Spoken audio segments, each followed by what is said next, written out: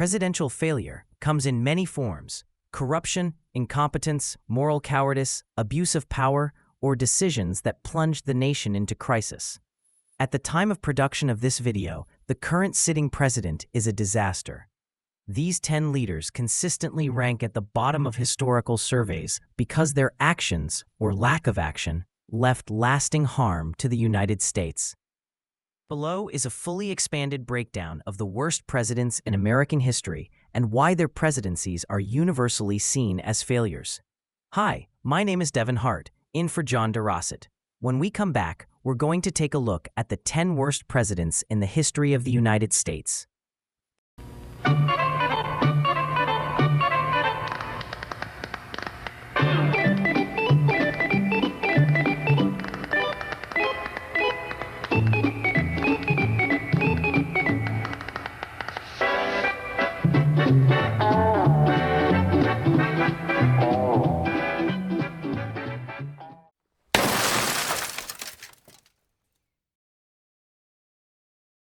Grant was a heroic Civil War general, but a deeply flawed president. His administration was riddled with scandals, including the whiskey ring, the Indian ring, and widespread corruption among those he trusted. Grant's personal loyalty often blinded him to the misconduct of his appointees. While he made meaningful strides in protecting civil rights for African Americans, the sheer scale of corruption within his administration undermined public trust in government and tarnished his legacy. Fillmore's approval of the Fugitive Slave Act was one of the most morally indefensible decisions in presidential history. The law required free states to return escaped slaves and punished anyone who assisted fugitives. Northern citizens were forced into complicity with slavery, sparking outrage and deepening the divide between North and South. Fillmore believed the law would preserve the Union. Instead, it pushed the country closer to conflict. His presidency is a stark example of choosing political convenience over moral principle. George W. Bush's presidency was overshadowed by two defining events: the Iraq War and the financial crisis of 2008. The Iraq War, justified by faulty intelligence about weapons of mass destruction, destabilized the Middle East and resulted in massive loss of life, long-term instability, and trillions of dollars spent. On the domestic front, deregulation and risky financial practices culminated in the worst economic collapse since the Great Depression. Although Bush responded decisively to 9/11, his broader legacy is marked by costly decisions that reshaped global politics and damaged America's standing. Richard Nixon's fall from power, resigning in disgrace to avoid impeachment, remains one of the most notorious chapters in American political history. The Watergate scandal revealed a sprawling network of illegal surveillance, political sabotage, and attempts to use federal agencies to punish enemies. Nixon's obsession with control and secrecy led to abuses of power that shook national trust in government. While he had foreign policy achievements, they are overshadowed by the unprecedented corruption and criminal behavior that defined his administration. Donald Trump's presidency was marked by unprecedented division, misinformation, and attacks on core democratic norms. His efforts to overturn the 2020 election, culminating in the January 6th assault on the U.S. Capitol, represent one of the gravest assaults on democracy in American history. Trump repeatedly undermined the legitimacy of elections, attacked the free press, elevated conspiracy theories, installed loyalists in critical positions, and wielded the presidency as a personal weapon against perceived enemies. While some supporters praise his policies, historians overwhelmingly rate his presidency as one of the most chaotic, divisive, and norm-breaking periods ever seen in the United States. Hoover took office with a reputation as a brilliant engineer and humanitarian, but his presidency collapsed under the weight of the Great Depression. Hoover believed deeply in limited government and voluntary cooperation, and he refused to provide direct relief to suffering Americans.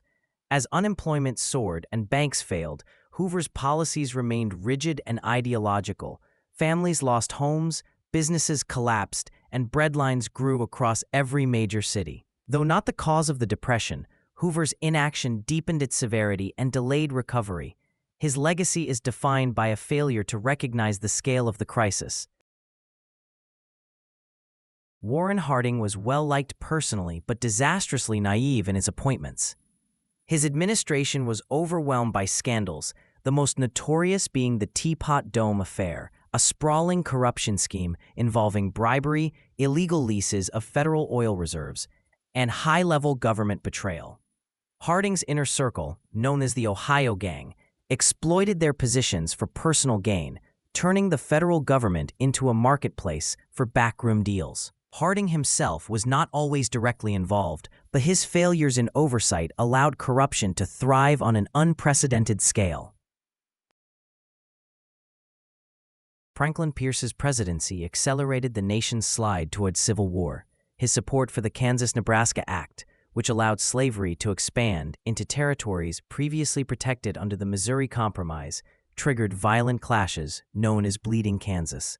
Instead of calming tensions, Pierce inflamed them. He repeatedly sided with pro-slavery forces, lost the trust of anti-slavery Northerners, and presided over a deeply divided nation. Pierce's weak leadership and poor judgment helped set the stage for the coming catastrophe. Buchanan's presidency is often regarded as a catastrophic failure because he allowed the nation to drift towards civil war without meaningful intervention. He believed that states did not have the right to secede, but also insisted the federal government had no authority to stop them. This paralysis in the face of crisis was disastrous.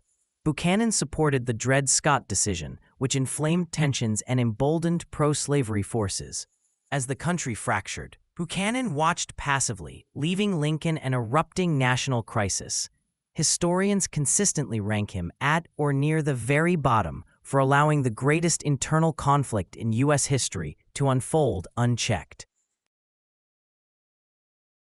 Andrew Johnson inherited the presidency after Lincoln's assassination, at a moment when the nation desperately needed moral clarity and strong leadership to rebuild after the Civil War. Instead, Johnson actively undermined Reconstruction.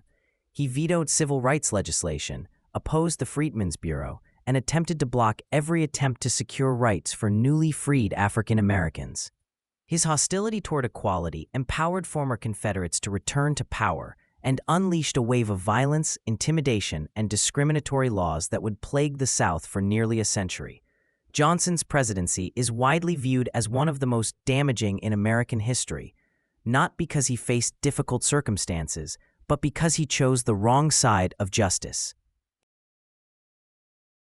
These 10 presidents remind us that leadership matters and that the consequences of poor leadership can echo for decades or even generations. Whether through corruption, indecision, incompetence, or outright attacks on democracy, each of these leaders left behind lessons about the fragility of the American system and the importance of accountability, particularly Donald Trump, who, as of this production, has done things far worse than any other president. So look for his position to change in the near future, period.